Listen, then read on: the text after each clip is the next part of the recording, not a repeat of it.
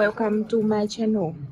Yacía en la fría cama del hospital, mi aliento entrecortado, cuando me di cuenta de que el último momento en que vi la espalda de mi hijo alejándose fue la estocada final que acabó con mi vida. Soy María Elena Rodríguez, de 63 años, viuda. Toda mi vida vendí tortillas y tamales, ahorrando cada centavo para criar a Alejandro. Le di todo, creyendo que era mi carne y mi sangre, mi futuro, mi único apoyo. Pero el precio que recibí fue la más cruel de las traiciones. Mi hijo vendió mi casa, retiró todos mis ahorros y me abandonó para morir lentamente en el hospital, convencido de que yo ya estaba muerta. Pero antes de llegar a ese momento fatídico, permítanme llevarlos de vuelta a la noche en que mi vida se hizo pedazos. Era una tarde de octubre en la Ciudad de México. El débil sol de la tarde intentaba colarse por la ventana ahumada de mi vieja cocina. Hoy era el 35º cumpleaños de Alejandro, mi hijo.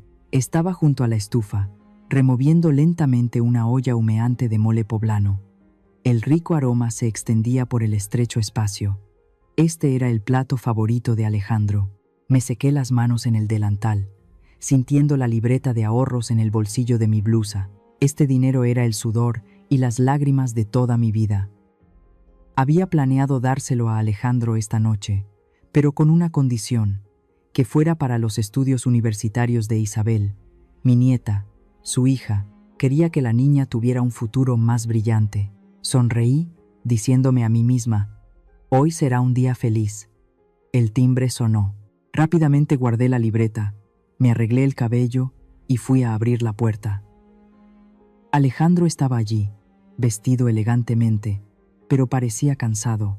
A su lado estaba Sofía, mi nuera, con un vestido de diseño exquisito y tacones de aguja. «Mamá», me saludó Alejandro apresuradamente, su mirada esquiva, y entró rápidamente a la casa. «Hola, hijos, pasen.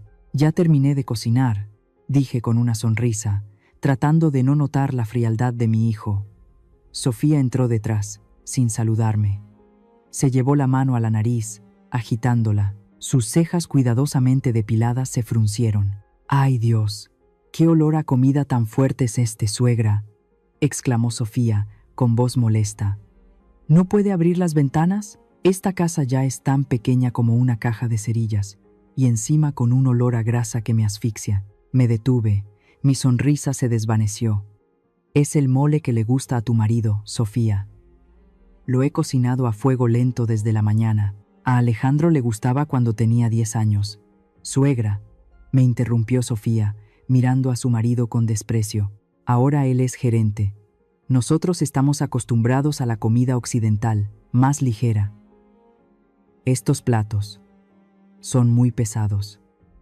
Miré a Alejandro, esperando una palabra de defensa, pero mi hijo solo se encogió de hombros, se quitó la corbata y la tiró al sofá. «Ya, Sofía, no digas eso. Mamá se ha esforzado en preparar la comida. Siéntate». Su voz era forzada, sin una pizca de gratitud o afecto. Mi corazón se encogió, pero traté de tragarme la pena. Hoy era su cumpleaños. No quería arruinar el ambiente. «Está bien, hijos, siéntense. Traeré la comida enseguida», dije, con voz ligeramente temblorosa, y regresé a la cocina. Llevé un gran plato de cerámica con pollo en mole caliente. El aroma del que antes me sentía orgullosa, ahora se sentía asfixiante. Me dirigí al comedor. De repente, un dolor punzante y terrible me invadió el lado izquierdo del pecho. Fue rápido y fuerte, como una descarga eléctrica que atravesó mi corazón, se extendió por mi brazo y subió hasta la coronilla de mi cabeza. «¡Ah!». Solo pude emitir un gemido ahogado. El plato de comida se me resbaló de las manos. ¡Zas! El ruido de la cerámica al romperse fue ensordecedor. La salsa salpicó por todas partes. Mi cuerpo se desplomó en el frío suelo de la cocina. Mis ojos se nublaron. El techo giraba. Intenté respirar, pero sentía como si alguien me apretara los pulmones. «¡Mamá! ¡Mamá!», oí gritar a Alejandro. Unos pasos apresurados corrieron hacia mí. A través de la neblina, vi el rostro asustado de mi hijo inclinándose. «¿Qué te pasa, mamá? Mamá, despierta». Alejandro me sacudió el hombro. Su mano temblorosa buscó su teléfono, intentando marcar el número de emergencias. Quería decir, me duele mucho, pero mi boca estaba rígida. Solo emitía siseos sin sentido. Miré a mi hijo, con esperanza, pero justo en ese momento apareció otra mano. La mano con las uñas pintadas de rojo de Sofía sujetó con fuerza la muñeca de Alejandro. «Espera, Alejandro». La voz de Sofía era grave, fría y afilada. Alejandro levantó la vista hacia su esposa, con el teléfono aún en la mano. «¿Qué haces? Mamá no se siente bien. Tenemos que llamar a una ambulancia ya». «Mira bien», siseó Sofía, sus ojos fijos en mí, con una mirada de terrible cálculo. «Piénsalo bien. Ella ya es mayor. El médico dijo una vez que su corazón era débil. Sí, si ella falleciera ahora, seríamos libres. Estás loca». «Es mi madre», exclamó Alejandro, pero no apartó la mano de su esposa. La vacilación comenzó a filtrarse en sus ojos. «Sí, es tu madre, pero también ha sido nuestra carga durante los últimos 5 años». Sofía se inclinó, acercándose a la cara de Alejandro. «¿Cuánto le debes al banco? ¿Cuánto debemos en tarjetas de crédito? ¿Quieres irte a vivir a Madrid? ¿Quieres salir de este país? ¿Pero dónde está el dinero? Mira esta casa, el dinero de vender esta vieja casa, en esta ubicación, más los ahorros que ella sigue escondiendo, será suficiente para pagar todas nuestras deudas y empezar de nuevo en España. Una vida nueva, Alejandro, sin deudas, sin esta vieja y chismosa». Yacía allí, escuchando cada palabra. Cada palabra era como una aguja envenenada que se clavaba en mis tímpanos, en mi corazón moribundo. Mi nuera estaba negociando mi vida justo delante de mí. Y mi hijo, él estaba escuchando. Pero, tartamudeó Alejandro. El sudor perlaba su frente. Sus ojos vacilaban violentamente. Me miró. Intenté abrir bien los ojos, reuniendo mis últimas fuerzas para extender mi mano temblorosa hacia él. «Hijo, ayúdame», supliqué en silencio. Quería recordarle las noches que pasé en vela abanicándolo cuando no se sentía bien. Los días que me salté comidas para comprarle ropa nueva. El amor incondicional que le había dado durante los últimos 35 años. Alejandro miró mi mano extendida. Vi el miedo en sus ojos, pero también vi la codicia que se encendía, avivada por las palabras de su esposa. «Solo 10 minutos, Alejandro», susurró Sofía, su voz dulce y diabólica. «Solo no hagas nada, que sea natural. No le hacemos daño a nadie. Solo, déjalo ser. Tendrás libertad. No tendrás que escucharla quejarse, no tendrás que preocuparte por sus medicamentos mensuales». La habitación cayó en un silencio sepulcral. Solo el tic-tac del reloj de pared. Tic-tac. Alejandro miró el reloj. El segundero avanzaba. 1 minuto, 2 minutos. Yo seguía tratando de respirar, mi pecho a punto de estallar. Miré a mi hijo, esperando. Solo necesitaba presionar el botón de llamada, solo un toque. Pero no. Pasaron 5 minutos. Los ojos de Alejandro cambiaron gradualmente, del pánico a la apatía y finalmente a una fría determinación. Miró a Sofía, asintió levemente, y luego me miró por última vez. En esos ojos ya no vi al niño pequeño de antaño, solo vi a un extraño, alguien cuya alma había sido devorada por la codicia. La mano de Alejandro descendió lentamente. La pantalla del teléfono se puso en negro.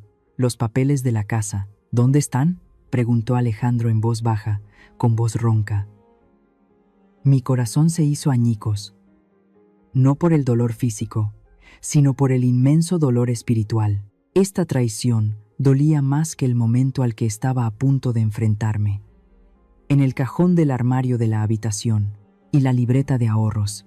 La he visto guardarla allí, respondió Sofía rápidamente, una sonrisa de satisfacción en sus labios. Alejandro me dio la espalda. Pasó por encima de mí como si fuera un objeto inanimado caído. Fue directo a la habitación. Mi aliento se debilitaba. El latido de mi corazón en mis oídos sonaba como los pasos del destino que se acercaba. La última imagen que vi no fue la cara preocupada de mi hijo, sino su espalda fría, hurgando en la oscuridad en busca de propiedades sobre el cuerpo moribundo de su madre. La oscuridad me engulló lentamente, llevándose consigo el dolor más profundo y la traición más amarga del mundo. En el último instante antes de desmayarme, me prometí a mí misma: si hay otra vida, o si alguna vez puedo volver a abrir los ojos, no dejaré que mi sacrificio sea pisoteado así, nunca más. Cuando la conciencia regresó gradualmente, sentí el fuerte olor a desinfectante. Intenté abrir los ojos, pero mis párpados pesaban. Mi cuerpo estaba inmóvil, solo mi oído funcionaba con agudeza. Doctor Ignacio Herrera, jefe de cuidados intensivos, dijo: la señora Elena ha superado la fase crítica, pero su condición sigue siendo muy preocupante. El coágulo de sangre en su cerebro es muy grande. Necesitamos una cirugía urgente para liberar la presión. De lo contrario, las secuelas serán irreversibles. Podría quedar paralizada permanentemente, o peor. ¿Cirugía? La voz de Alejandro resonó. Su voz temblaba, con un tono calculador. ¿Cuánto? ¿Cuánto costaría, doctor? Se necesitarán aproximadamente 500,000 pesos para la cirugía y los cuidados intensivos, respondió el doctor Herrera. Sé que es una cantidad grande, pero el seguro médico de su madre solo cubre una parte muy pequeña. No nos queda mucho tiempo, señor Cruz. Yacía allí, mi corazón latiendo con fuerza. Hijo, tengo dinero, grité en mi mente. La libreta de ahorros en el bolsillo de mi delantal. La has tomado ya, ¿verdad? Ese dinero es suficiente para salvarme. Úsalo. Sentí la mano fría y húmeda de Alejandro apretar la mía. La apretó suavemente, como un cruel adiós. Doctor. Alejandro comenzó a sollozar. Mi familia. Estamos arruinados. Mi esposa acaba de perder su trabajo y estamos endeudados hasta el cuello. 500,000 pesos. Esa cantidad es demasiado grande. No podemos conseguirla de ninguna manera. Señor Cruz, piénselo bien, dijo el doctor Herrera con dureza. Se trata de la tranquilidad de su madre. Ella ha trabajado duro toda su vida. No puede pedir prestado o vender algunos bienes. ¿Qué bienes?, dijo Alejandro en voz alta, con un tono de falsa ira. ¿Esa casa vieja? No se conseguiría mucho vendiéndola. Y si la vendemos, ¿a dónde iría mi madre? ¿Dónde viviríamos nosotros? Sus sollozos se hicieron más fuertes. Mi madre no querría que lo vendiéramos todo y nos quedáramos en la calle. Ella siempre se sacrificó por sus hijos. Por favor, doctor, por favor, deje que mi madre descanse en paz. Si Dios quiere que se vaya, tendremos que aceptarlo. Firmaré el formulario para rechazar el tratamiento intensivo.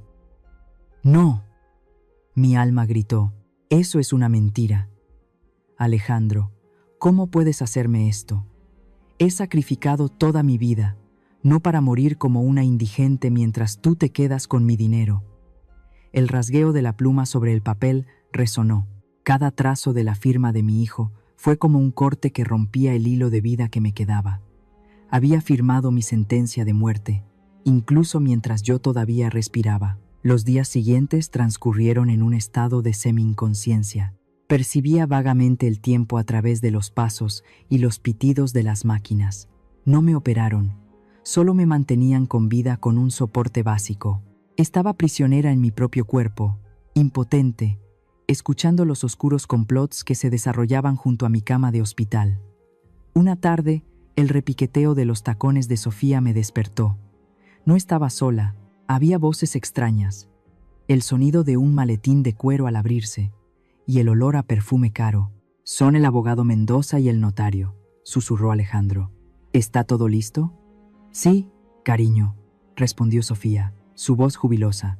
El viejo poder notarial que tu madre firmó el año pasado para los trámites de luz y agua, lo he modificado un poco. Es perfectamente válido para transferir la propiedad. Pero... mamá está en coma, dudó Alejandro. ¿No sospecharán? Silencio. Siseó Sofía. No seas débil ahora. Mírala. No sabe nada. Solo sigue el plan. Oí el sonido de papeles desplegándose en la pequeña mesa junto a la cama. Una voz extraña y monótona se alzó. Señor Cruz, según este poder, la señora María Elena Rodríguez ha acordado transferir la propiedad total de la casa en el número 42 de la calle Juárez a usted, para su plena disposición. ¿Confirma que su madre está completamente consciente y de acuerdo con esta transacción? Sí, por supuesto, respondió Alejandro rápidamente. Su voz intentaba sonar tranquila, pero aún temblaba. Mi madre quería vender la casa para irse a un pueblo a descansar en su vejez. Ella solo está durmiendo. Me lo dijo claramente antes de ingresar al hospital. Bien, el comprador, el grupo inmobiliario Méndez, ya ha transferido el depósito. Inmediatamente después de firmar estos documentos, el resto del dinero se transferirá a su cuenta en las próximas 24 horas. El sonido de la pluma volvió a resonar. Esta vez, no solo me arrebató la paz, sino también mi hogar, mis recuerdos, el único lugar que podía llamar hogar, la casa que mi esposo y yo construimos ladrillo a ladrillo, el lugar donde guardamos las risas y los llantos de Alejandro desde que nació. Todo fue vendido, con una firma falsa. Gracias.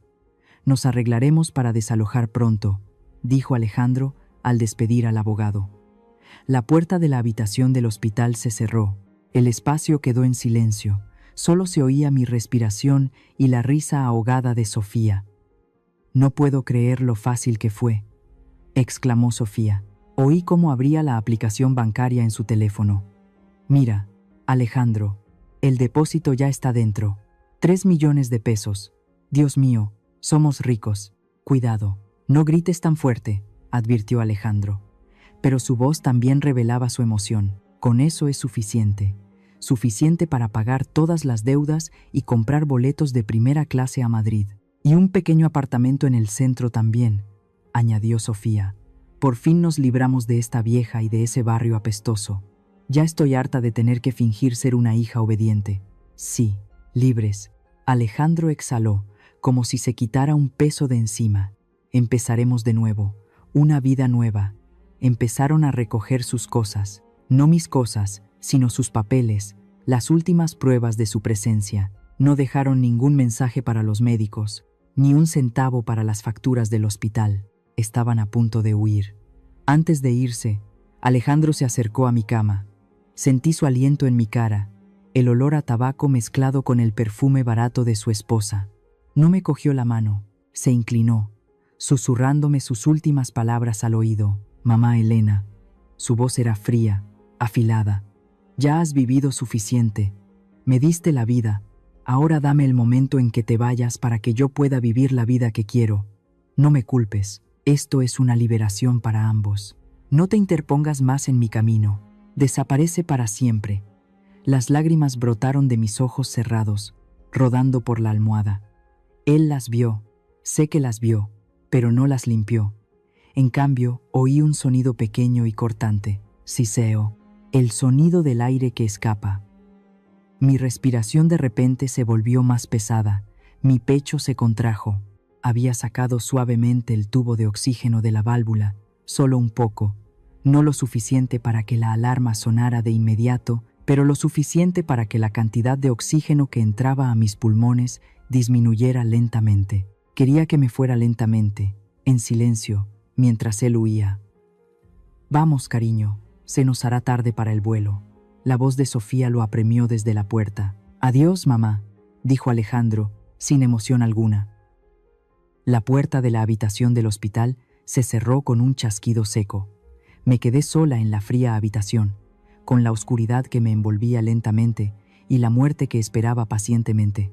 Yo, María Elena Rodríguez, que había sacrificado toda mi vida por mi hijo, ahora yacía esperando como un animal abandonado, mientras el hijo al que más amaba volaba hacia un nuevo horizonte gracias a mi propio sacrificio. Pero en ese momento de desesperación absoluta, un fuego de ira se encendió en las cenizas de mi corazón. No podía irme así. No me permitía irme. En la oscuridad, solo sentía dolores punzantes en la cabeza y el pecho. El pitido constante de las máquinas. Soñé con mi esposo sonriendo y llamándome, pero la imagen de Alejandro dándome la espalda me retuvo. La ira, el resentimiento por la injusticia, ardieron, devolviéndome a la realidad. No podía irme sin preguntarle por qué, sin ver el arrepentimiento en sus ojos. Un día, una luz brillante se abrió paso a través de mis párpados pesados. Luché por abrir los ojos, viendo el techo blanco, manchado de humedad. El olor a desinfectante me invadió la nariz. «Señora Elena, ¿me oye?». Una voz femenina sonó. Giré la cabeza y vi a una joven enfermera mirándome fijamente. «Doctor, doctor, ha despertado», gritó la enfermera, corriendo hacia la puerta. Intenté mover mis brazos y piernas. Estaban entumecidos. Quería hablar, pero mi garganta estaba seca. Solo emitía un débil gemido.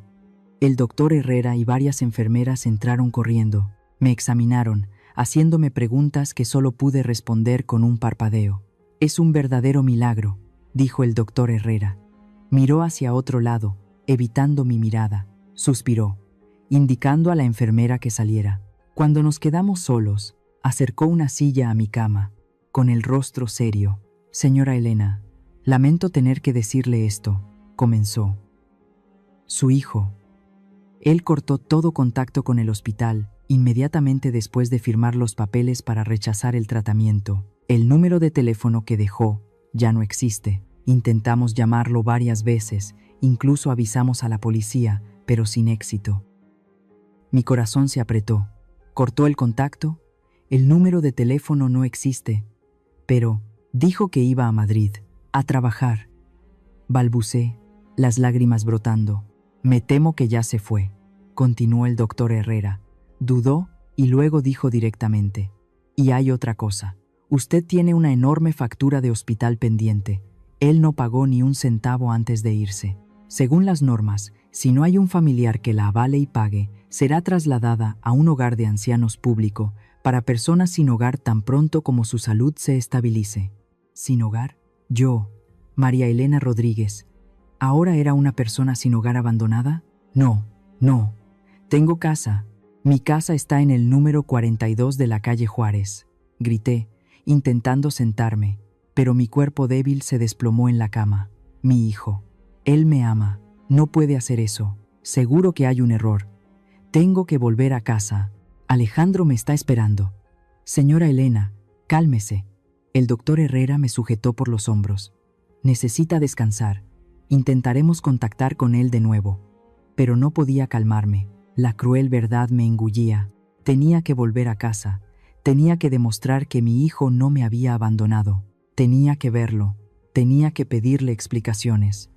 Esa noche, ejecuté mi plan en secreto. Esperé a que la enfermera de turno de noche, Lucía, se alejara, y con dificultad me senté, retirando la aguja de mi vía intravenosa. Aunque me sentía incómoda, no me importó. Me bajé de la cama. Mis piernas temblaban. Me aferré al borde de la cama, a la pared para mantener el equilibrio. Solo tenía una delgada bata de hospital. Encontré unas zapatillas debajo de la cama, me las puse y abrí sigilosamente la puerta de la habitación. El pasillo estaba vacío. Esquivé las cámaras, me moví por la escalera hasta la planta baja. Cada paso era una tortura, pero mi voluntad me impulsaba a seguir. Me escabullí por la puerta trasera del hospital, fusionándome con la noche de la Ciudad de México. El viento nocturno era gélido, temblaba. No tenía dinero, ni teléfono, solo sabía que tenía que irme. Caminé por calles desiertas, por mercados ya cerrados, con el estómago rugiendo. Tardé horas en arrastrarme de vuelta al callejón familiar. Mi corazón latía con fuerza al ver las casas conocidas. Estaba a punto de llegar a casa. Alejandro seguramente estaría allí, esperándome. Todo era solo un malentendido. Pero cuando me paré frente a la puerta de mi casa, toda esperanza se desvaneció. La puerta de madera azul, con la pintura desconchada, había desaparecido. En su lugar había una puerta de metal negro, fría y sólida. La cerradura también había sido cambiada. En la puerta, un brillante letrero metálico me golpeó los ojos, como una puñalada directa al corazón. Propiedad del Grupo Méndez. Prohibido el paso. Me quedé helada. No podía ser. Esta era mi casa. Alejandro. Corrí, golpeando la fría puerta de metal. «Alejandro, hijo, mamá ha vuelto.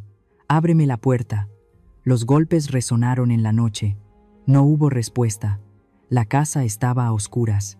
«Sofía, abre la puerta. Soy mamá», grité. La ventana de la casa de al lado se abrió de golpe. Doña Rosa, la vecina, asomó la cabeza. Cuando me reconoció, abrió la boca con horror. «Señora Elena». «Dios mío». «¿Es usted?» «Rosa, soy yo. ¿Dónde está Alejandro? ¿Por qué cambió la puerta? ¿Por qué no me abre?», pregunté atropelladamente, las lágrimas brotando. Doña Rosa bajó corriendo, abrió la puerta de su casa, miró a su alrededor y luego susurró: «Señora Elena, ¿usted está viva? Su hijo. Alejandro se fue a Europa hace 3 meses. Dijo que usted había muerto. Hizo un funeral falso para usted y vendió la casa inmediatamente después. Todos en el vecindario fueron a su velorio». Me desplomé. ¿Un funeral falso? ¿Vendió la casa? No, no puede ser. Sacudí la cabeza. Es mi hijo. Él me ama. Esta casa fue vendida al magnate inmobiliario don Rafael Méndez. Continuó doña Rosa.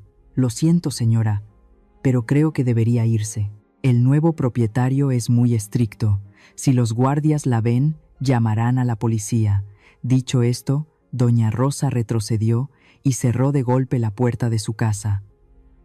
Me quedé sola en el callejón vacío. Empezó a llover. Las frías gotas de lluvia se mezclaron con las cálidas lágrimas de mi rostro. Apoyé la cabeza en la puerta de hierro, deslizándome lentamente hasta el suelo. El agua de la lluvia empapó mi bata de hospital, calándome hasta los huesos. Lo había perdido todo. Mi casa, mi dinero, mi hijo. Y lo más doloroso, me di cuenta de que había sido borrada de la vida del propio hijo que había dado a luz. Él me había borrado mientras yo estaba viva. Me había enterrado con mentiras para construir su felicidad sobre la ausencia de su madre. Cerré los ojos, dejando que la lluvia me golpeara. No quería levantarme más. Quería terminar, aquí mismo, frente a la puerta de la casa que alguna vez fue un hogar, para poner fin a este dolor insoportable. Yacía allí, acurrucada bajo la fría lluvia, sintiendo cómo la vida me abandonaba lentamente. El frío helado me calaba hasta los huesos, pero no era tan frío como mi corazón ya gélido. Estaba lista para irme, estaba lista para reencontrarme con mi marido, pero el destino, cruelmente, aún no quería llevarme. «Señora, ¿está bien?». Una mano cálida y suave me sacudió el hombro. Una voz tierna, pero llena de preocupación, se abrió paso entre la lluvia y el zumbido en mis oídos. Con dificultad abrí los ojos. Delante de mí había un rostro borroso bajo la luz amarillenta de una farola. Una joven, con la cabeza cubierta por la amplia capucha de un viejo impermeable, estaba inclinada mirándome. «Señora Elena», exclamó Lucía con asombro. «Dios mío, ¿es usted?». «Es la paciente de la habitación 304». Traté de mirar más de cerca. Esos grandes ojos preocupados. La reconocí. Era Lucía, la enfermera de turno de noche en el hospital, la que a menudo me limpiaba la cara y me ajustaba la almohada en secreto cuando estaba en coma, la única persona de la que sentí un atisbo de calor humano durante esas largas y frías noches allí. «Lucía», murmuré, con voz tan débil como el zumbido de un mosquito. «¿Qué hace aquí? ¿Se escapó del hospital?». Lucía miró a su alrededor, alarmada. «Con esta lluvia se va a agotar. No puede quedarse aquí. Yo no tengo casa», sollocé, mis lágrimas mezclándose con la lluvia. «Mi hijo lo vendió todo». Lucía miró la fría puerta de hierro con el letrero del Grupo Méndez. Luego me miró a mí, a mi lamentable estado. Sus ojos se empañaron, llenos de compasión y comprensión. No preguntó más. Sabía, había sido testigo de demasiadas vidas desafortunadas en el hospital. «No diga más, señora», dijo Lucía con firmeza, ayudándome a sentarme. «Venga, venga conmigo. No puede quedarse aquí». ¿A dónde me lleva?», pregunté, intentando levantarme, pero mis piernas entumecidas no respondían. «A mi casa. Es pequeña y pobre, pero al menos tiene techo y una manta caliente», dijo Lucía, y sin dudarlo, se agachó y me cargó sobre su espalda. Yo, una anciana sucia, empapada y pesada, en la espalda de esa delgada joven, me llevó por callejones oscuros, por charcos fangosos. Oí su respiración agitada. Sentí el fuerte latido de su corazón a través de la fina capa de su impermeable. ¿Por qué? Porque una extraña era tan buena conmigo, mientras mi propio hijo me había abandonado. Esa pregunta seguía dando vueltas en mi cabeza. Nos detuvimos frente a un viejo y deteriorado edificio de apartamentos, con paredes descascarilladas, en lo profundo del barrio de Tepito. Lucía me cargó por 3 tramos de escaleras oscuras. La puerta de madera se abrió, revelando una habitación diminuta y abarrotada bajo la luz amarillenta de una bombilla tenue. Solo había una cama vieja, una pequeña estufa de gas y unas pocas cajas de cartón con ropa. «Mateo, mamá ha vuelto», llamó Lucía en voz baja. Mateo, el hijo de Lucía, un niño de unos 5 años, delgado y con grandes ojos, dormía acurrucado bajo un montón de mantas viejas en un rincón de la habitación. Se despertó sobresaltado, se frotó los ojos, viendo a su madre cargar a una anciana extraña. «¿Mamá? ¿Quién es?», preguntó Mateo, con voz somnolienta. «Es la señora Elena. Está enferma y no tiene casa. Se quedará con nosotros un tiempo, ¿de acuerdo?», explicó Lucía suavemente, acostándome en el único colchón de la habitación. Rápidamente me secó con una toalla seca, cambiándome con ropa vieja pero limpia de su madre. «¿Está enferma?». Mateo se acercó sigilosamente, mirándome fijamente. «Sí». «¿Le traes a la señora un poco de la sopa que sobró de anoche?». «Debe tener mucha hambre». Lucía sonrió a su hijo. El niño asintió, corrió a la cocina. Un rato después, trajo un tazón de sopa aguada y fría, colocándolo con cuidado a mi lado. «Coma, señora», dijo, con voz diminuta. «Mi mamá cocina muy rico». Miré el tazón de sopa, luego a Lucía y a su hijo. Mis lágrimas volvieron a brotar. Tomé la cuchara. Mi mano temblaba al llevármela a la boca.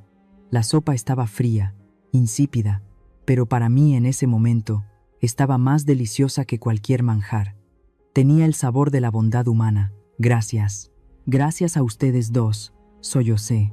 «¿Por qué? ¿Por qué me ayuda?». Lucía se sentó a mi lado, apartando mis cabellos grises y empapados de mi frente. «Quédese aquí conmigo. ¿Puede mi hijo ser su amigo?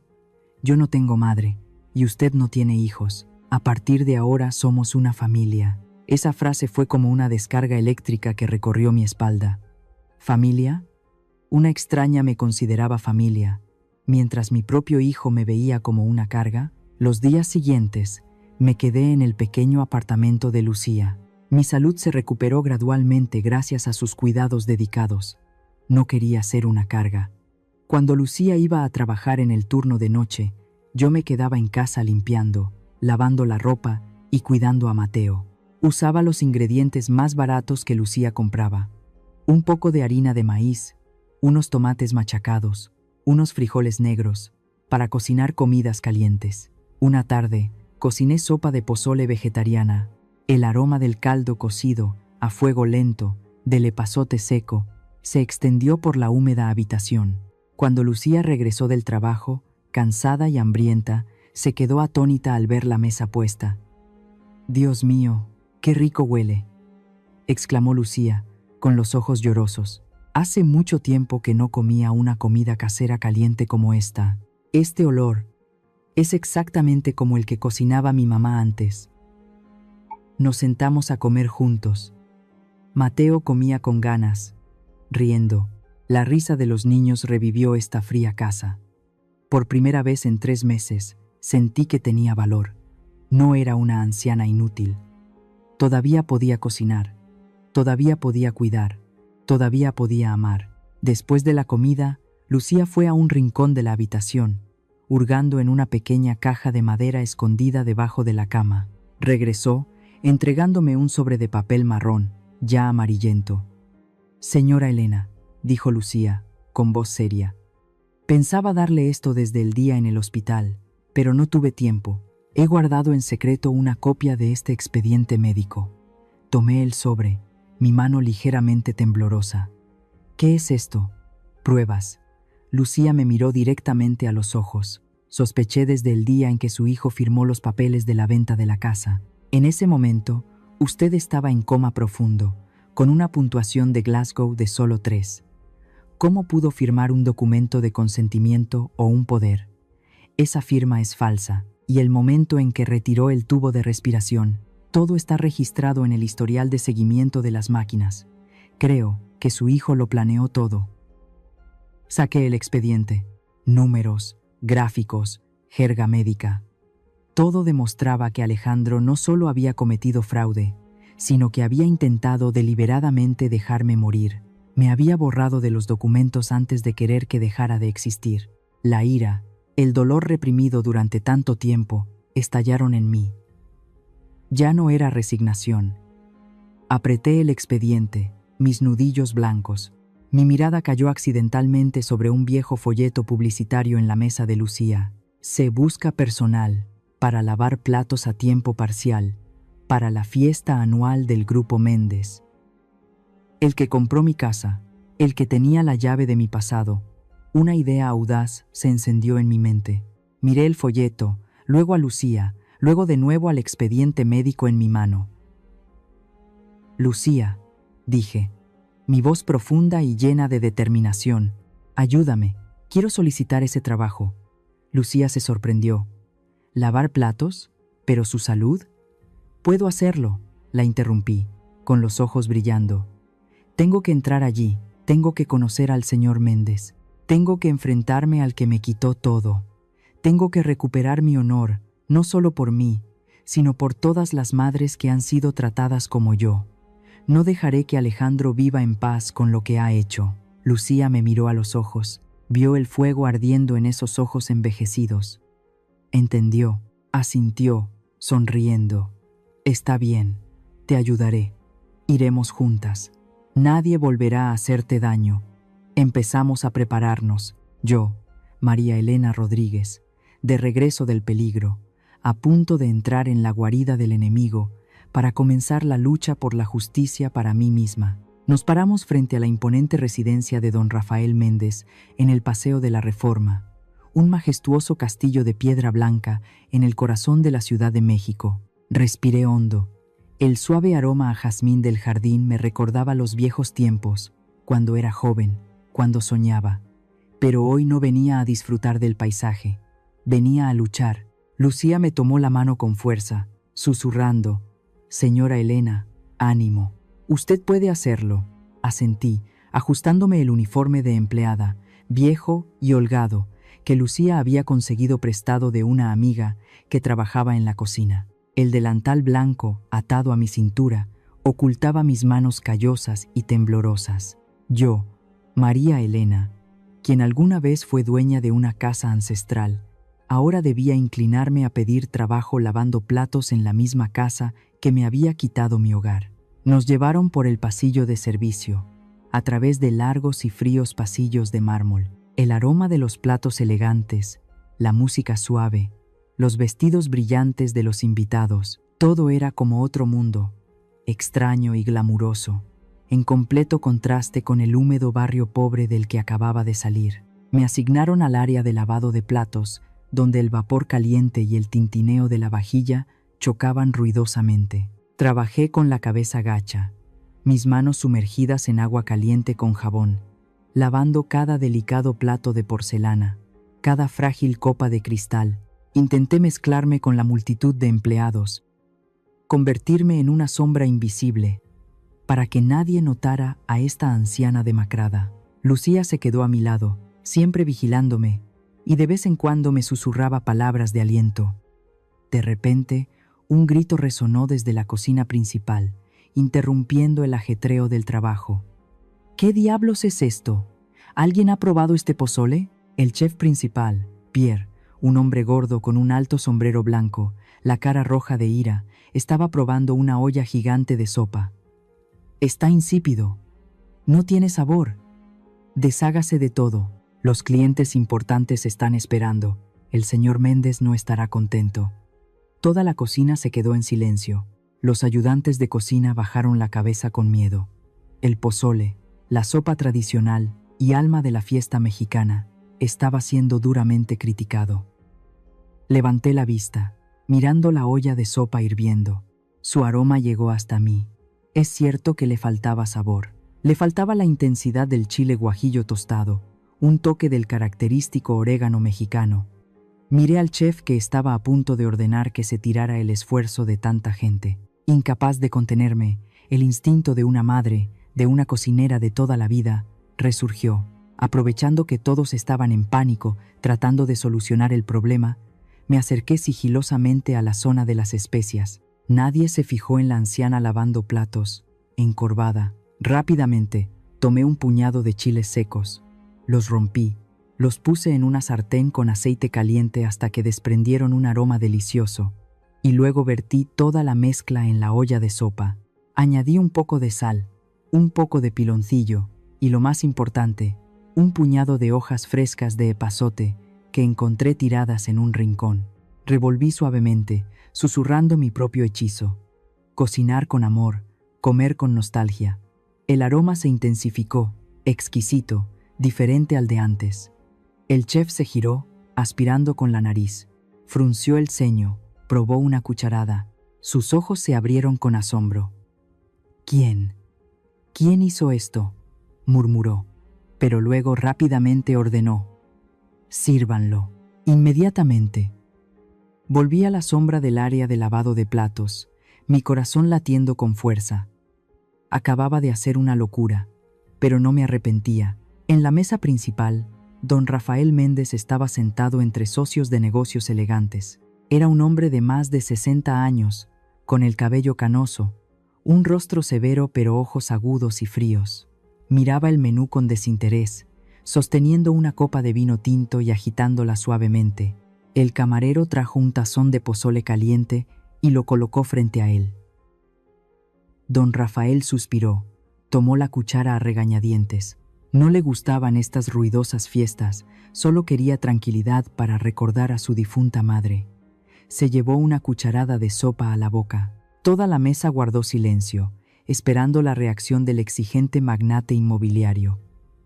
Don Rafael se quedó helado. La cuchara en su mano tembló ligeramente. Probó otra cucharada y otra. Sus ojos cambiaron, de la indiferencia y el aburrimiento a un asombro extremo y luego a una profunda nostalgia. Este sabor, el picor cálido del chile, el dulzor del caldo de huesos cocido a fuego lento, el aroma característico del epazote, era exactamente como la sopa que su madre cocinaba en los días de lluvia cuando él era un niño pobre. Tocó lo más profundo de su alma, despertando recuerdos que habían estado dormidos durante años. ¿Quién? Don Rafael dejó la cuchara, su voz resonó, no fuerte pero llena de autoridad, haciendo que todo el salón de banquetes se callara. ¿Quién cocinó esta sopa? El mayordomo corrió apresuradamente. Señor, el chef principal Pierre. No fue Pierre. Don Rafael golpeó la mesa. Pierre cocina al estilo francés. Nunca conseguiría este sabor hogareño. Llamen al verdadero cocinero aquí. Inmediatamente, la orden llegó a la cocina como una tormenta. El chef principal Pierre palideció, temblorosamente, señalando hacia el área de lavado de platos. Señor mayordomo, fue esa anciana lavaplatos. Ella le puso algo a la olla en secreto. Fui sacada de la zona de seguridad, empujada al comedor principal ante la mirada curiosa de cientos de invitados. Caminé. Mis piernas temblaban, pero mi cabeza se mantuvo erguida. No había hecho nada malo. Solo había cocinado con el corazón. De pie frente a don Rafael, me sentía tan pequeña con mi uniforme holgado y manchado de agua sucia.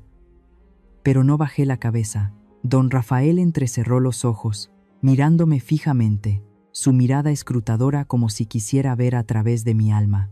Después de unos segundos de silencio sofocante, exclamó, con voz llena de incredulidad: «Usted es la mujer que vino a mi casa hace unos días, ¿verdad?». Me sobresalté. Él me reconoció. «Sí, señor», respondí, mi voz extrañamente tranquila. «Soy María Elena Rodríguez. ¿Qué diablos hace usted aquí?». Don Rafael se puso de pie, acercándose a mí. Ha entrado en mi casa, trabajando en mi cocina. Seguridad. Acompáñenla fuera. Espere, grité, levantando mi mano callosa para detener a los guardias que se abalanzaban. Señor Méndez, puede invitarme a irme, puede exigirlo. Pero escúcheme una palabra primero. Don Rafael se detuvo, indicando a los guardias que se quedaran quietos. Habla. ¿Qué quiere? ¿Dinero? ¿O qué quiere? No quiero su dinero. Lo miré directamente a los ojos, mi mirada firme. Usted puede comprar ladrillos, puede comprar terrenos con su dinero, pero nunca podrá comprar el alma de una casa. La casa en el número 42 de la calle Juárez. Es mi carne y mi sangre, los recuerdos de toda mi vida, el lugar donde crié al hijo que tan mal me trató. Usted la compró a un estafador. Toda la sala de fiestas murmuraba. Don Rafael frunció el ceño. ¿Estafa? Los papeles son legales, con su firma, dijo fríamente. Esa firma es falsa, dije en voz alta, a punto de llorar, pero me contuve. El día que mi hijo le vendió la casa, yo estaba en coma profundo en el hospital. No sabía nada, me despojó mi pasado. Respiré hondo, mi voz se suavizó, llena de dolor. Solo le pido una cosa. No pido la casa ahora mismo. Solo pido entrar una sola vez, para llevarme la foto de mi marido. Él falleció temprano, y esa foto es todo lo que me queda en esta vida. Usted también tiene una madre, señor Méndez. Usted entiende el dolor de la pérdida. ¿Puede concederle a esta anciana madre ese momento? La habitación quedó en silencio. Todas las miradas se posaron en don Rafael. Él me miró a los ojos. En ellos no había súplica servil, sino la dignidad de una mujer que lo había perdido todo, pero que aún conservaba su autoestima. Él vio el dolor más profundo, el dolor que él mismo había experimentado cuando su madre ya no estaba. La capa de hielo en el corazón del viejo magnate se rompió lentamente. Miró el tazón de pozole que aún humeaba, luego me miró a mí. Reflexionó un momento. Luego se volvió hacia el mayordomo. Su voz tranquila pero llena de autoridad, resonando por toda la sala. Llévela a esa casa, ahora mismo. Y llame a mi abogada personal, la señorita Valdés, a la oficina inmediatamente. Algo no está bien aquí. Necesito investigar a fondo la transacción de compraventa de la casa de la calle Juárez. Volvió a mirarme, sus ojos un poco más suaves. Y usted, señora Elena, después de recoger la foto, vuelva aquí. Necesitamos hablar. Un rayo de esperanza se encendió en mi corazón, más brillante que las lámparas de araña de cristal del techo. Le hice una reverencia de agradecimiento. Luego me di la vuelta y seguí al mayordomo, con la espalda recta y la cabeza en alto. Mi lucha apenas comenzaba. La puerta de la oficina de don Rafael se cerró a mis espaldas, aislando el bullicio de la fiesta exterior. La gran sala, con sus paneles de roble oscuro, irradiaba autoridad y frialdad. Me senté en la suave silla de cuero, pero todo mi cuerpo seguía tenso. Lucía se sentó a mi lado, apretando mi mano con fuerza. Sus manos estaban frías y sudorosas, pero su mirada era firme, transmitiéndome fuerza. Me miré el elegante traje azul oscuro que don Rafael había preparado para mí. Me quedaba bien, era elegante, realzando una dignidad que nunca pensé que podría poseer. Ya no era la anciana humilde que vendía tamales. Hoy, yo era la portadora de la balanza de la justicia. Ya llegaron, susurró Lucía, apretándome la mano suavemente. Se oyeron pasos en el pasillo, el repiqueteo de los tacones de Sofía y los pasos pesados de Alejandro. La puerta principal de la sala de reuniones se abrió de golpe. «Pasen, pasen», resonó la voz de don Rafael, cálida pero con un matiz de frialdad apenas perceptible. Alejandro entró primero, con una actitud arrogante y excesivamente confiada. Miró alrededor de la gran sala de reuniones con sus paredes de cristal que ofrecían una vista panorámica de la ciudad, y luego hizo una mueca. Esta sala de reuniones parece un poco anticuada, ¿no? No tan moderna como la oficina de mi socio en Madrid. Pero bueno, está bien. Sofía entró detrás, quitándose las gafas de sol, sus ojos recorriendo la costosa decoración. «Es elegante, cariño», dijo, con una voz falsamente dulce. Pero por supuesto, no es como Europa. Este país siempre será un charco. Isabel entró en silencio al final, acurrucada en un rincón del sofá, abrazando su muñeca de tela. No dijo nada, solo miró fijamente al suelo. Don Rafael estaba sentado en la cabecera de la mesa, con las manos entrelazadas sobre la brillante mesa de madera. Frente a él había una gruesa carpeta. Sonrió. Su sonrisa no llegaba a sus ojos. «Bienvenidos, señor Cruz y señora». «¿Cómo estuvo el vuelo?» «Normal». Sin más, Alejandro hizo un gesto con la mano, sentándose en la silla de enfrente, con una pierna cruzada sobre la otra. «No tenemos mucho tiempo, señor Méndez. Vamos al grano. ¿Dónde están los papeles? ¿Dónde está el dinero?» «Muy directo», asintió don Rafael. «Me gusta su estilo de trabajo. Aquí tiene el expediente de ajuste de precios y el acta de rescisión del contrato anterior». Empujó la carpeta hacia Alejandro. Este la agarró, hojeando rápidamente las primeras páginas. «Demasiadas palabras», refunfuñó Alejandro. «Solo necesito saber dónde firmar y el número de cuenta para recibir el dinero. $100,000, ¿verdad?» «Exacto», confirmó don Rafael. «Pero hay algunas cláusulas legales que debe tener en cuenta». «No importa», interrumpió Alejandro, sacando un bolígrafo chapado en oro del bolsillo de su chaqueta. «Confío en la reputación del grupo. ¿Dónde firmó? Aquí, ¿verdad?», señaló la línea en blanco al final de la página. «Quiero terminar esto rápido. El ambiente aquí me asfixia. Sofía, ¿qué te parece si compramos un pequeño yate cuando volvamos a Madrid? El blanco que vimos el otro día te quedaría muy bien». «Magnífico, cariño», exclamó Sofía, con los ojos brillando. «Ya he elegido varios bikinis para la playa». «Date prisa, firma». Alejandro colocó el bolígrafo sobre el papel, la punta tocando la blanca superficie. «Un momento», don Rafael intervino de repente. Su voz se endureció. Extendió la mano, poniéndola sobre la de Alejandro, impidiendo que firmara. Alejandro levantó la vista, frunciendo el ceño con molestia. «¿Qué pasa ahora? ¿Ha cambiado de opinión?» «En absoluto», sonrió don Rafael, pero su sonrisa ahora tenía un aire misterioso y escalofriante. «Solo que, antes de recibir esta gran suma de dinero, según las estrictas normas de transparencia financiera del grupo, debe realizar un último trámite, es decir, reunirse y confirmar con el verdadero garante de esta propiedad». «¿El garante?», Alejandro se burló, su voz llena de desprecio. «¿Está bromeando? Yo soy el único propietario de esa casa. Los documentos que tiene en la mano lo demuestran. Mi madre me dio plenos poderes antes de que ella falleciera. ¿Acaso va a decirme que mi madre regresará del más allá para firmar?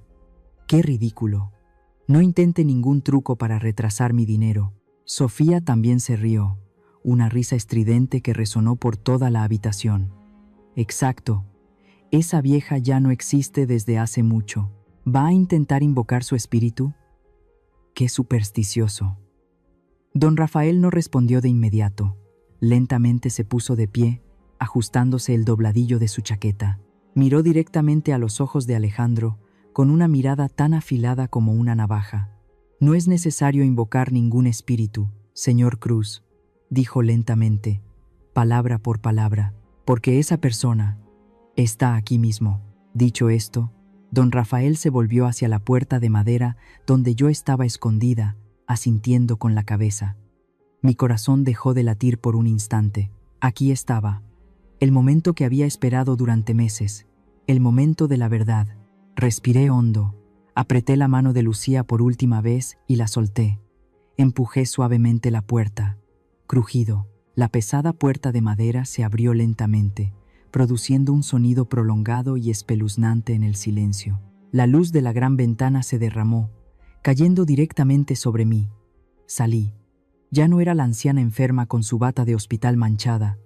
Ya no era la madre trabajadora con su delantal raído. Estaba de pie, con la espalda recta, la cabeza alta y la mirada firme. El sonido de mis tacones resonaba en el suelo de madera, paso a paso, lento y seguro.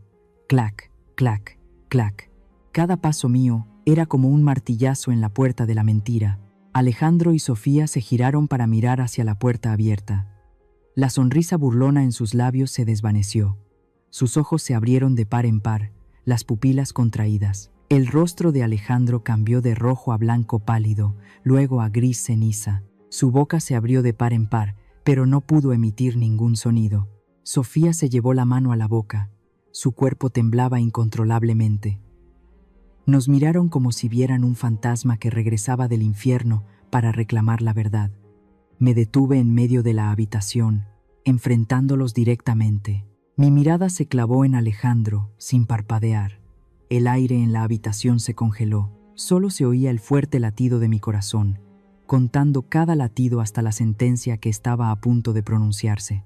«Hola, hijo», dije, mi voz grave y fría, resonando en el silencio mortal. «Ya estoy aquí. El pez ha picado». Resonó la voz de don Rafael, fría pero llena de certeza, rompiendo el tenso silencio de la habitación.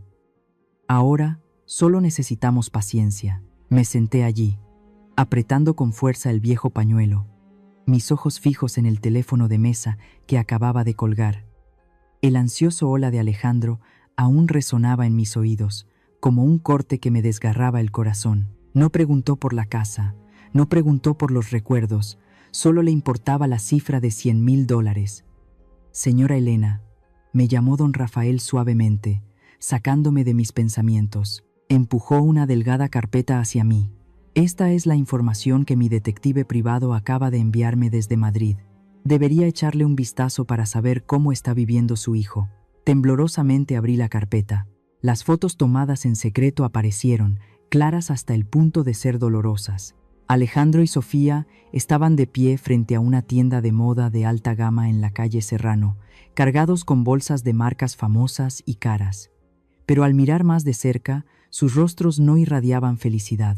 Sofía estaba haciendo una mueca, señalando la cara de su marido, su boca abierta como si estuviera gritando. Alejandro tenía la cabeza gacha, con una expresión de desánimo, sosteniendo un cigarrillo a medio fumar. «Viven en un lujoso apartamento de alquiler en el barrio de Salamanca», explicó don Rafael, con voz monótona.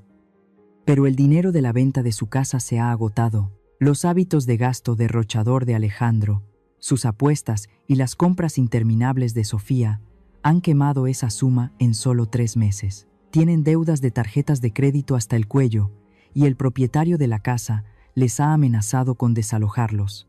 «Este video fue grabado hace 2 días», continuó, abriendo un clip en su tablet. La pantalla se iluminó. La imagen temblaba ligeramente, pero el sonido era muy claro. Alejandro y Sofía estaban sentados en una sala de estar desordenada, con botellas de vino vacías tiradas por el suelo. «¿Qué diablos haces, Alejandro?», siseó Sofía, chillando. «¿Dónde está todo el dinero? Dijiste que venías aquí a hacer grandes negocios, a invertir en criptomonedas, ¿verdad? ¿Y ahora qué? Estamos a punto de que nos echen a la calle. Se suponía que viviríamos como reyes aquí». «Cállate», gritó Alejandro, arrojando el vaso al suelo. «Sas, ¿qué sabes tú? Solo sabes gastar dinero. He intentado arreglármelas, pero el mercado se desplomó. ¿Qué podía hacer? ¿Crees que es fácil ganar dinero? Inútil». Sofía se lanzó a discutir con su marido. «Ojalá no te hubiera animado a vender esa casa vieja. Ahora no tenemos nada. Tenemos que volver a ese maldito lugar. No puedo soportarlo más. Prefiero morir». «Cállate. No hables más de esa casa».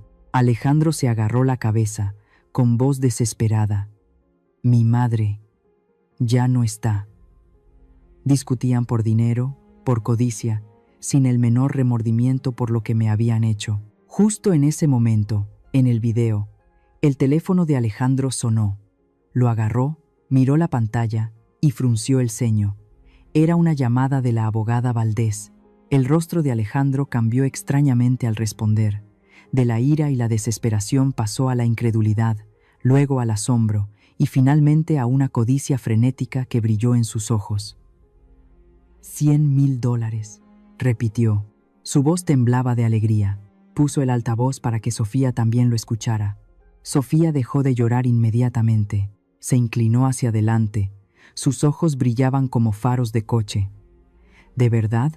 $100,000?» Alejandro, es nuestra salvación. Pero, tengo que volver a México a firmar papeles, dijo Alejandro al teléfono, con un poco de vacilación. Miró a su esposa. ¿Habrá algún problema? ¿Y si mi madre sigue viva? ¿Y si se despierta? ¿Estás loco? Sofía se burló, dándole una palmada en el hombro a su marido. Esa vieja ya no existe desde hace mucho. La enfermera del hospital dijo que era poco probable que sobreviviera esa noche. ¿Recuerdas? Le retiramos el tubo de respiración. ¿Recuerdas? Nadie lo sabe. Ahora es solo un cadáver anónimo en la morgue o ya es cenizas. ¿A quién le importa? Pero ¿y sí? No hay y sí, gritó Sofía. La abogada dijo que el expediente está limpio. Solo necesitas tu firma y el dinero estará en tu bolsillo. Son $100,000, suficiente para pagar nuestras deudas y seguir viviendo aquí unos meses más, o invertir en otra cosa. Vuelve a firmar y vete de inmediato. No dejes pasar esta oportunidad única en la vida. Reservaré los boletos de avión ahora mismo. El video terminó. La pantalla se puso en negro. Me quedé sentada en silencio. La cruda verdad estaba ante mis ojos. No había ni un ápice de amor, ni un remordimiento. Solo un cálculo frío y cruel. Mi hijo y su esposa estaban dispuestos a regresar al lugar donde habían cometido un error, no para arrepentirse, sino para saquear lo poco que quedaba. Esta era verdaderamente una de las historias de venganza e historias familiares más tristes. Ya reservaron los boletos, anunció don Rafael, mirando su teléfono que acababa de sonar. El vuelo IB 6403 de Madrid aterrizará en el aeropuerto Benito Juárez pasado mañana por la mañana. Los tres, Alejandro, Sofía y la pequeña Isabel. Isabel, exclamé. Mi corazón se encogió. ¿Ella también vuelve? Sí, asintió don Rafael, dándome otra foto. En la foto, Isabel estaba acurrucada en una silla de espera en el aeropuerto de Barajas. Había adelgazado mucho. Sus ojos tristes miraban a lo lejos. En sus manos abrazaba una muñeca de tela vieja y raída. Reconocí esa muñeca. Yo misma se la había cosido para su 5º cumpleaños. Había usado retazos de mis viejos vestidos para hacerla. A Isabel le había gustado mucho. La llevaba a todas partes. La niña no quería volver, dijo don Rafael en voz baja. El detective informó que había llorado todo el camino hasta el aeropuerto. Echaba de menos a su abuela. Constantemente preguntaba a sus padres: «Vamos a ver a la abuela, ¿verdad? Ya está mejor la abuela». Pero Alejandro y Sofía solo la regañaban para que se callara. Mis lágrimas volvieron a brotar, pero esta vez no por mi propio sufrimiento, sino por la pena por mi nieta. Isabel era la única niña inocente en esta historia. Había sido arrastrada a una fuga por sus padres, despojada de su infancia y del amor de su abuela. «Tengo que salvar a esa niña», dije, con voz decidida. «No puedo dejar que viva con gente sin corazón así». «Es parte del plan, señora Elena». Don Rafael sonrió. Sus ojos brillaron con apoyo. «No solo le haremos justicia a usted, sino que también le daremos un futuro a Isabel». 2 días después, estaba sentada en el lujoso coche de don Rafael, discretamente aparcado en un rincón apartado del estacionamiento del aeropuerto. A través del cristal tintado, vi a Alejandro y Sofía salir de la terminal de llegadas.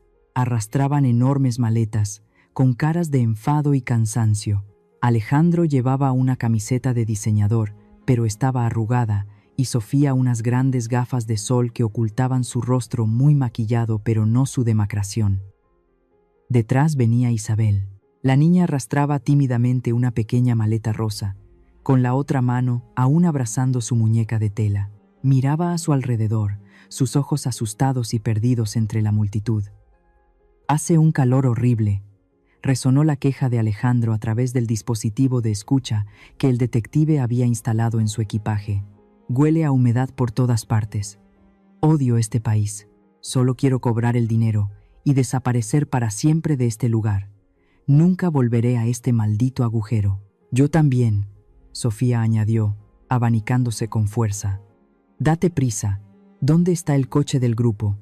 ¿Por qué no ha venido nadie a recogernos?» Una reluciente limusina negra se deslizó y se detuvo justo delante de ellos. El chofer bajó, abriendo la puerta del coche con reverencia. Mencionar al señor Cruz y a su esposa. El señor Méndez les espera en la oficina. Alejandro y Sofía se miraron, sus ojos brillando. Nunca antes habían recibido una bienvenida tan grandiosa. La vanidad los cegó, haciéndoles olvidar toda precaución. ¿Lo ves? Alejandro le dio un codazo a su esposa, riendo victorioso. $100,000 y una limusina para recogernos. Somos clientes VIP. Subieron al coche con una sonrisa de satisfacción, arrastrando a Isabel, que estaba aturdida. La puerta del coche se cerró, ocultando esos rostros codiciosos. Seguí con la mirada el coche que salía del aeropuerto, diciéndome en silencio: rían, hijos e hija política. Disfruten de los últimos momentos de libertad y fantasía, porque ese coche no los lleva al cielo. Los está llevando directamente al lugar donde la conciencia debe enfrentarse, donde los estoy esperando para dictar sentencia. Vámonos, le dije a mi chofer. No hay que hacerlos esperar. La limusina negra se deslizó suavemente por las concurridas calles de la Ciudad de México, llevando a Alejandro y a su pequeña familia a la sede principal del Grupo Méndez. Yo había llegado 15 minutos antes, por la puerta trasera, reservada para el personal de alto nivel. Mi corazón latía con fuerza en mi pecho, vigorosa y rápidamente como un tambor de guerra. Estaba en una pequeña sala contigua a la sala de reuniones principal, escondida tras la pesada puerta de roble. La rendija de la puerta estaba ligeramente abierta, lo suficiente para observar y escuchar todo lo que sucedía afuera. Lucía estaba a mi lado, apretándome la mano con fuerza. Sus manos estaban frías y empapadas de sudor, pero su mirada era firme, transmitiéndome fuerza. Miré el elegante traje azul oscuro que don Rafael había preparado para mí. Me quedaba bien, era elegante, realzando una dignidad que nunca pensé que podría poseer. Ya no era la anciana humilde que vendía tamales. Hoy, yo era la portadora de la balanza de la justicia. Ya llegaron, susurró Lucía, apretándome la mano suavemente. Se oyeron pasos en el pasillo, el repiqueteo de los tacones de Sofía y los pasos pesados de Alejandro. La puerta principal de la sala de reuniones se abrió de golpe. «Pasen, pasen», resonó la voz de don Rafael, cálida pero con un matiz de frialdad apenas perceptible. Alejandro entró primero, con una actitud arrogante y excesivamente confiada. Miró alrededor de la gran sala de reuniones con sus paredes de cristal que ofrecían una vista panorámica de la ciudad, y luego hizo una mueca. Esta sala de reuniones parece un poco anticuada, ¿no? No tan moderna como la oficina de mi socio en Madrid, pero bueno, está bien. Sofía entró detrás, quitándose las gafas de sol, sus ojos recorriendo la costosa decoración. «Es elegante, cariño», dijo, con una voz falsamente dulce, «pero, por supuesto, no es como Europa. Este país siempre será un charco». Isabel entró en silencio al final, acurrucada en un rincón del sofá, abrazando su muñeca de tela. No dijo nada, solo miró fijamente al suelo. Don Rafael estaba sentado en la cabecera de la mesa, con las manos entrelazadas sobre la brillante mesa de madera. Frente a él había una gruesa carpeta. Sonrió. Su sonrisa no llegaba a sus ojos. «Bienvenidos, señor Cruz y señora. ¿Cómo estuvo el vuelo?» «Normal, sin más». Alejandro hizo un gesto con la mano, sentándose en la silla de enfrente, con una pierna cruzada sobre la otra. «No tenemos mucho tiempo, señor Méndez. Vamos al grano. ¿Dónde están los papeles? ¿Dónde está el dinero?» «Muy directo», asintió don Rafael. «Me gusta su estilo de trabajo. Aquí tiene el expediente de ajuste de precios y el acta de rescisión del contrato anterior». Empujó la carpeta hacia Alejandro. Este la agarró, hojeando rápidamente las primeras páginas. «Demasiadas palabras», refunfuñó Alejandro. «Solo necesito saber dónde firmar y el número de cuenta para recibir el dinero». $100,000, ¿verdad? «Exacto», confirmó don Rafael. «Pero hay algunas cláusulas legales que debe tener en cuenta». «No importa», interrumpió Alejandro, sacando un bolígrafo chapado en oro del bolsillo de su chaqueta. «Confío en la reputación del grupo. ¿Dónde firmo?» «Aquí, ¿verdad?», señaló la línea en blanco al final de la página. «Quiero terminar esto rápido». El ambiente aquí me asfixia. Sofía, ¿qué te parece si compramos un pequeño yate cuando volvamos a Madrid? El blanco que vimos el otro día te quedaría muy bien.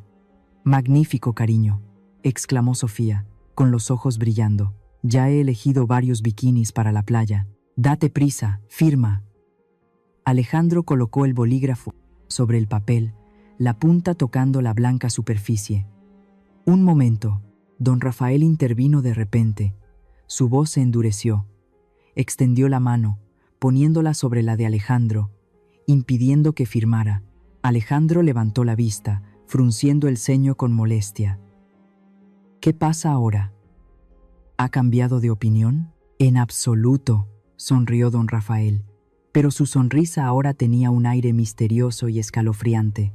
Solo que, antes de recibir esta gran suma de dinero, según las estrictas normas de transparencia financiera del grupo, debe realizar un último trámite, es decir, reunirse y confirmar con el verdadero garante de esta propiedad.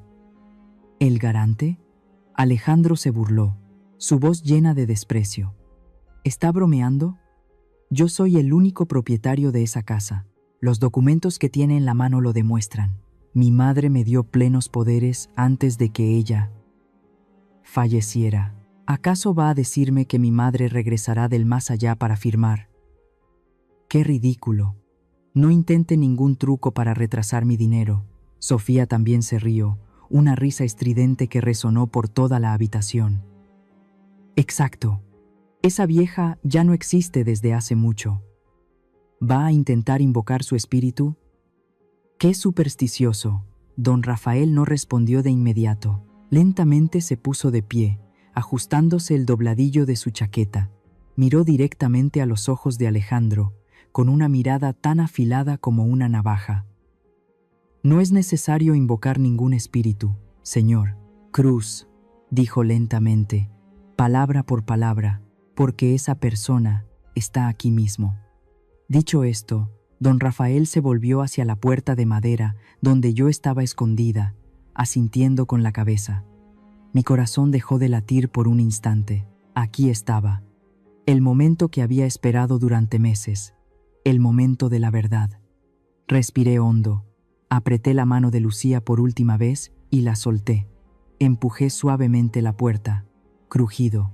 La pesada puerta de madera se abrió lentamente, produciendo un sonido prolongado y espeluznante en el silencio. La luz de la gran ventana se derramó, cayendo directamente sobre mí. Salí. Ya no era la anciana enferma con su bata de hospital manchada. Ya no era la madre trabajadora con su delantal raído. Estaba de pie, con la espalda recta, la cabeza alta y la mirada firme. El sonido de mis tacones resonaba en el suelo de madera, paso a paso, lento y seguro. Clac, clac, clac. Cada paso mío era como un martillazo en la puerta de la mentira. Alejandro y Sofía se giraron para mirar hacia la puerta abierta.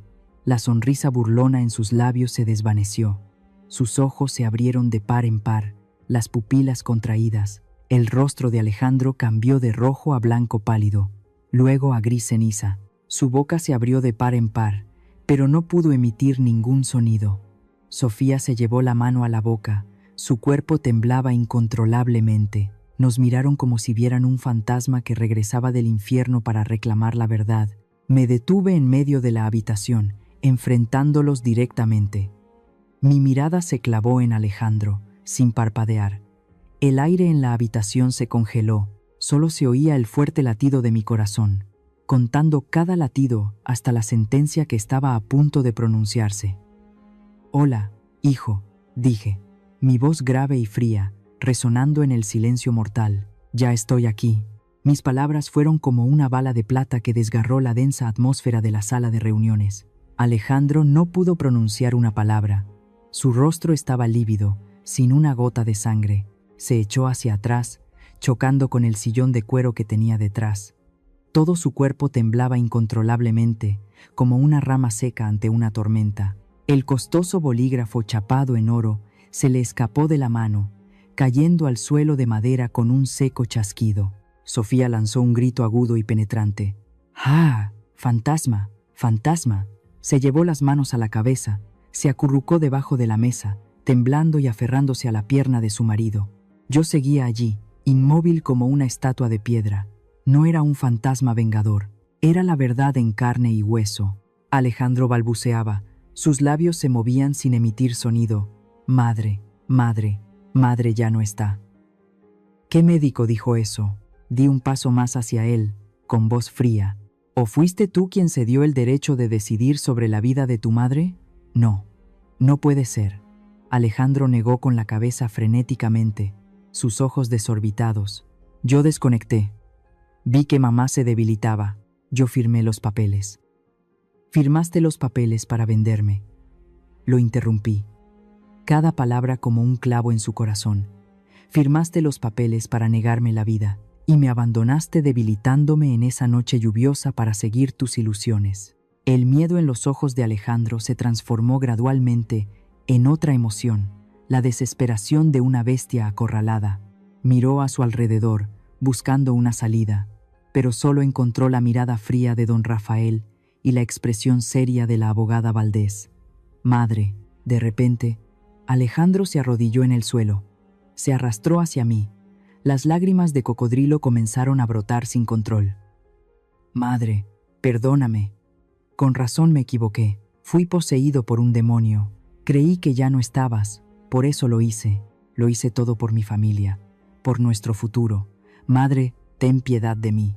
Sofía, al ver a su marido de rodillas, también se arrastró rápidamente, abrazándome las piernas, llorando amargamente.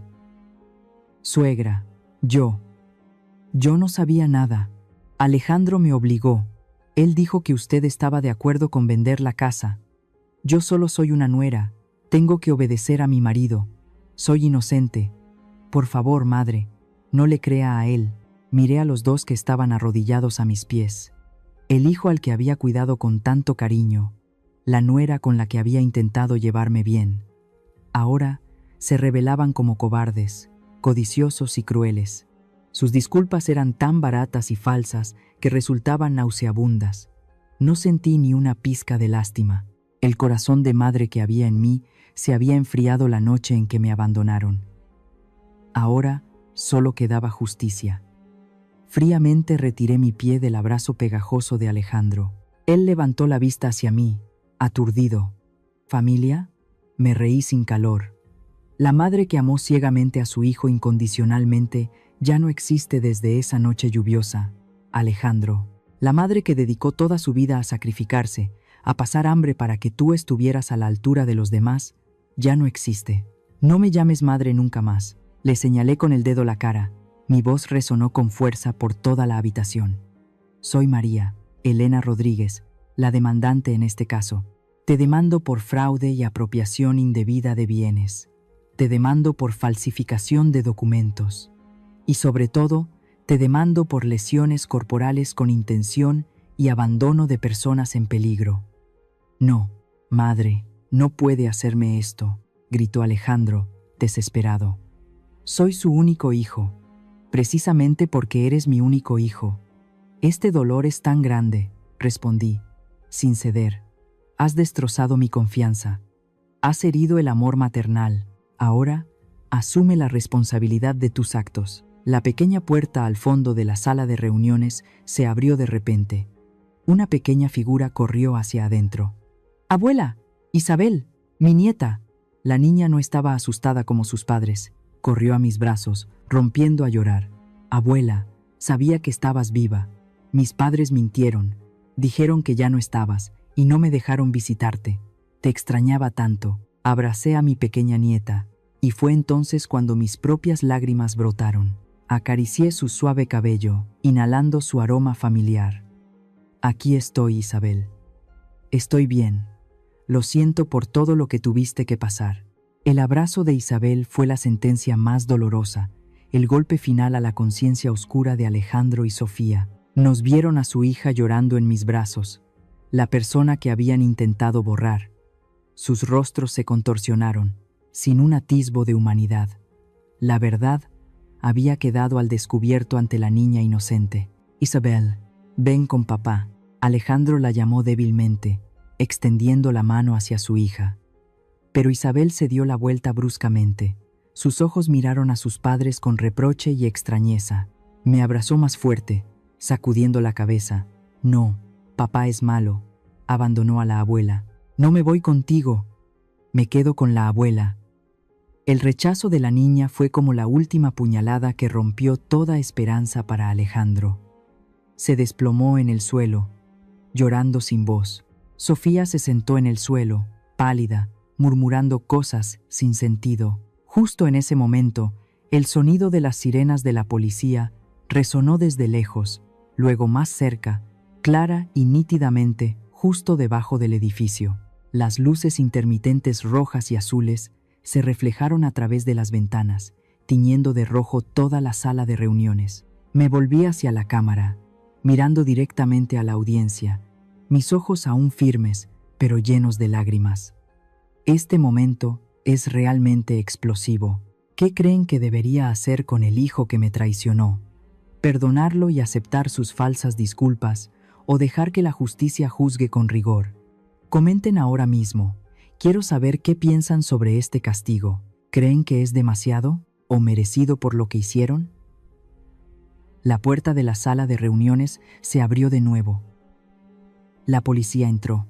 Un escuadrón de policía irrumpió en la sala de reuniones, liderado por un inspector severo con una orden de arresto en la mano. La tensión en la habitación se volvió extrema. Alejandro, al ver a la policía, palideció, presa del pánico. Se revolvió, intentando abalanzarse hacia mí de nuevo.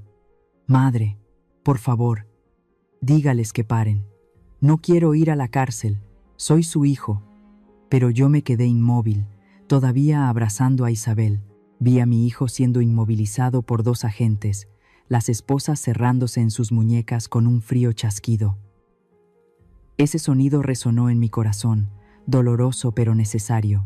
«Alejandro Cruz, usted está arrestado por fraude y apropiación indebida de bienes, falsificación de documentos y lesiones corporales con intención que resultaron en consecuencias graves», leyó el inspector en voz alta los cargos. Don Rafael se levantó, se acercó y entregó al inspector el expediente médico original y la grabación de la confesión. «Aquí están todas las pruebas, señor inspector. El doctor Herrera y yo estamos dispuestos a testificar». Sofía, al ver a su marido arrestado, se levantó de un salto, señalando a Alejandro y gritando: «Fue él, todo es culpa suya. Yo no sabía nada, soy solo su esposa. Tengo que obedecer a mi marido.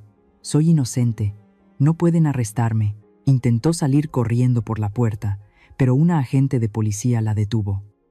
«Señora Sofía Cruz, usted también está arrestada por complicidad y encubrimiento de delitos». «No, suéltenme».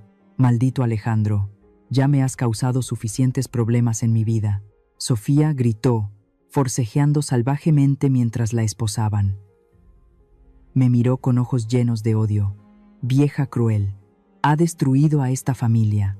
La miré directamente a los ojos, respondiendo con calma: «La avaricia de ustedes mismos los ha destruido.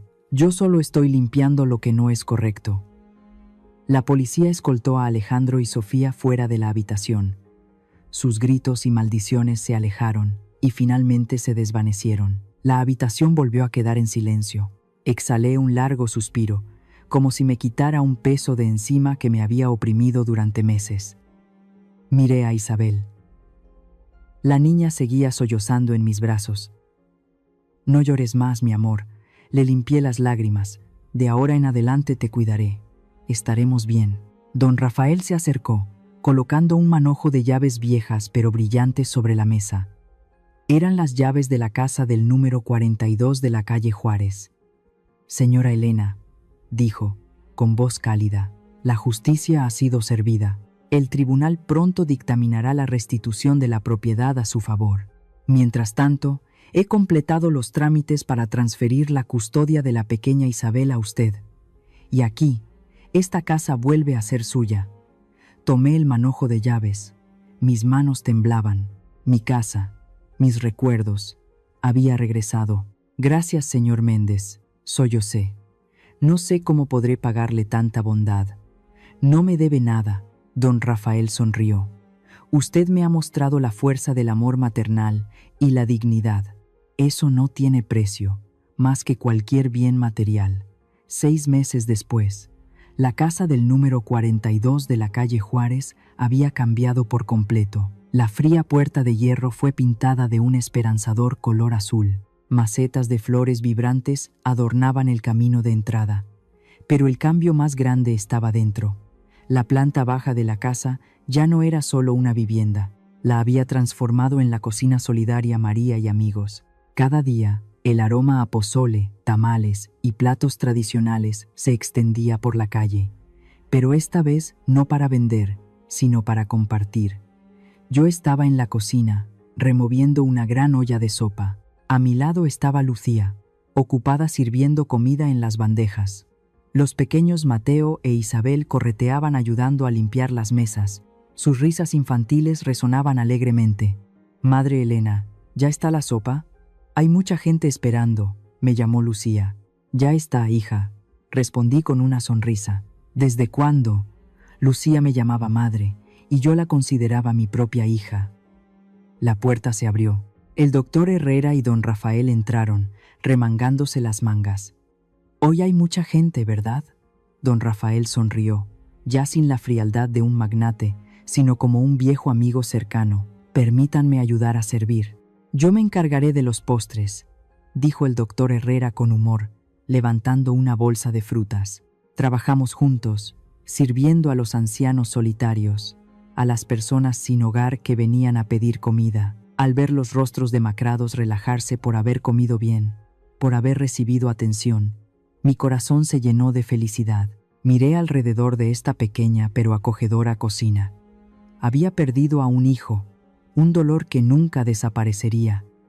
Pero de las cenizas de esa pérdida había brotado una nueva vida.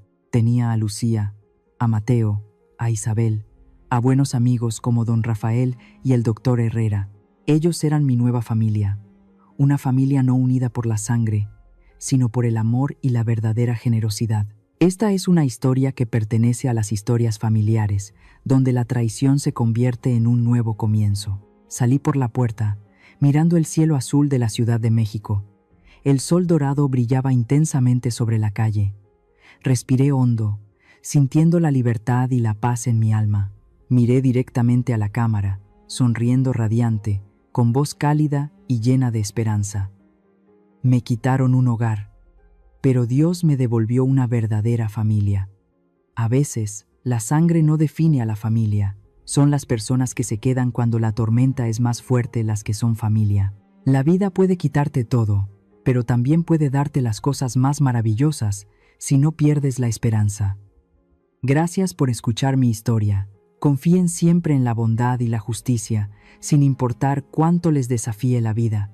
Y nunca olviden, el verdadero amor siempre encuentra su camino. Soy María Elena, y he renacido. Queridos amigos, mi vida fue una vez una apuesta en la que puse todo en la piedad filial de mi hijo, solo para recibir la decepción más dolorosa. Me tomó toda una vida de trabajo duro aprender esta lección de vida y muerte, y hoy quiero compartirla con ustedes en el canal Antes del Silencio, para que nadie tenga que seguir el camino lleno de lágrimas que yo recorrí. A los padres que están viendo este video, por favor, recuerden que el amor maternal es dar, pero no significa dañarse a sí mismo. Proteger su patrimonio y su dignidad en la vejez no es un cálculo con los hijos, es la única manera de no convertirse en una carga y evitar que la codicia eche raíces en sus almas. Nunca entreguen las llaves de su casa, su libreta de ahorros y su seguridad a otros antes de que hayan completado su viaje en la vida. Mantengan su independencia, un camino de retirada seguro y su orgullo. Vivan como un árbol antiguo y fuerte, que da sombra pero no depende. Y para los hijos, la codicia es un ácido muy fuerte. Puede traerles viajes en primera clase o artículos de lujo por un momento, pero silenciosamente carcomerá su carácter y finalmente arruinará su propio futuro. No hay felicidad duradera construida sobre el sufrimiento de los padres. Miren a Alejandro, cambió su conciencia por bienes materiales y al final lo perdió todo en soledad. La ley del karma en esta vida es justa y estricta. Puede llegar tarde, pero siempre llega a tiempo. pero la vida también me enseñó sobre el renacimiento. La acción de don Rafael, usando su riqueza para apoyar la justicia en lugar de encubrir, y mi elección de abrir la cocina solidaria han demostrado una cosa: la sangre es sagrada, pero la bondad es lo que nos conecta como una verdadera familia. No duden en abrir sus corazones a extraños con almas hermosas, porque a veces los extraños brindan el calor que los seres queridos han olvidado. Salí del estudio, al balcón, mirando las bulliciosas calles de la Ciudad de México. La brillante luz dorada del sol caía sobre las macetas de flores frente a la cocina. La risa de la pequeña Isabel resonaba alegremente. Respiré hondo, sintiendo la libertad en cada célula. No sé cuánto tiempo me queda, pero sé que, en este momento, estoy viviendo una vida significativa y con la cabeza en alto. La historia que acabas de escuchar es una obra de ficción creada por Antes del Silencio. Los nombres de los personajes y los lugares han sido cambiados, pero el dolor y la lección sobre la naturaleza humana son completamente reales. Compartimos esta historia con la esperanza de despertar la conciencia y el coraje en cada uno de ustedes. Honestamente, me pregunto, si estuvieras en mi situación, traicionado por tus seres más queridos, ¿elegirías el silencio débil o dejarías que la justicia se aplicara estrictamente como hice yo? ¿Qué piensas del final de Alejandro? Estoy deseando leer sus reflexiones profundas en la sección de comentarios, porque sus opiniones son la motivación para que mejoremos cada día. Dios siempre bendice a las personas buenas y valientes. Ahora, dejaré 2 de las historias más populares sobre el karma y el amor maternal en el canal, justo en la pantalla. Creo que les darán nuevas perspectivas. Gracias por acompañarme hasta este momento. Si esta historia ha tocado su corazón y les ha aportado valor, por favor, denle me gusta, suscríbanse al canal Antes del Silencio y activen la campana de notificaciones para no perderse las próximas lecciones de vida. Adiós y hasta pronto.